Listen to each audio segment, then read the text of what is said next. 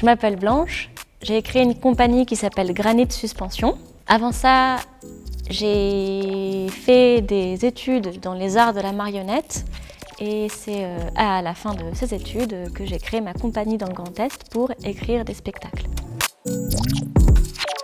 Ce qui m'intéresse et ce qui m'importe, c'est d'écrire des spectacles de la façon la plus directe pour que se transmettent les choses, mais d'une façon plus métaphorique et plus sensitive, en passant par l'image, en passant par l'émotion et en passant par la performance. Donc avec la compagnie, on a créé déjà un premier spectacle qui s'appelle Moby Dick 150 et qui est en fait une question sur la possibilité ou la volonté de foncer dans les normes. Pour l'écrire, j'ai travaillé avec des mouches. Voilà, la mouche.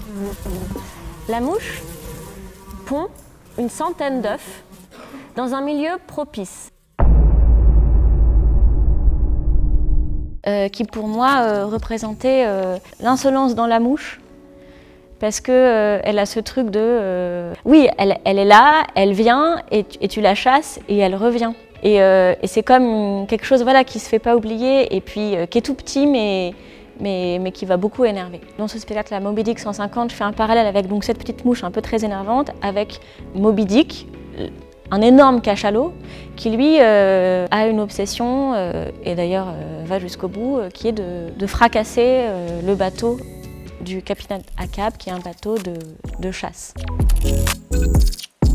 Donc le premier spectacle en création, c'est un spectacle court de 30 minutes, qui est en fait un dispositif où j'empile des pierres sur colline pour pouvoir exprimer une sorte de sensation de poids quand on transfère des idées à l'état de projet.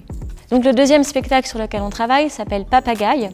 C'est un spectacle d'1 heure qui interroge la notion d'identité parce que c'est une sorte de réaction au phénomène de devoir sans cesse se représenter, d'être face aux images sociales des autres qui sont très exposées et également de devoir exposer une propre image sociale. Et c'est une sorte d'impossibilité ou de blocage ou de question ou de jeu où c'est pas fini, donc je sais pas comment ça va se traduire.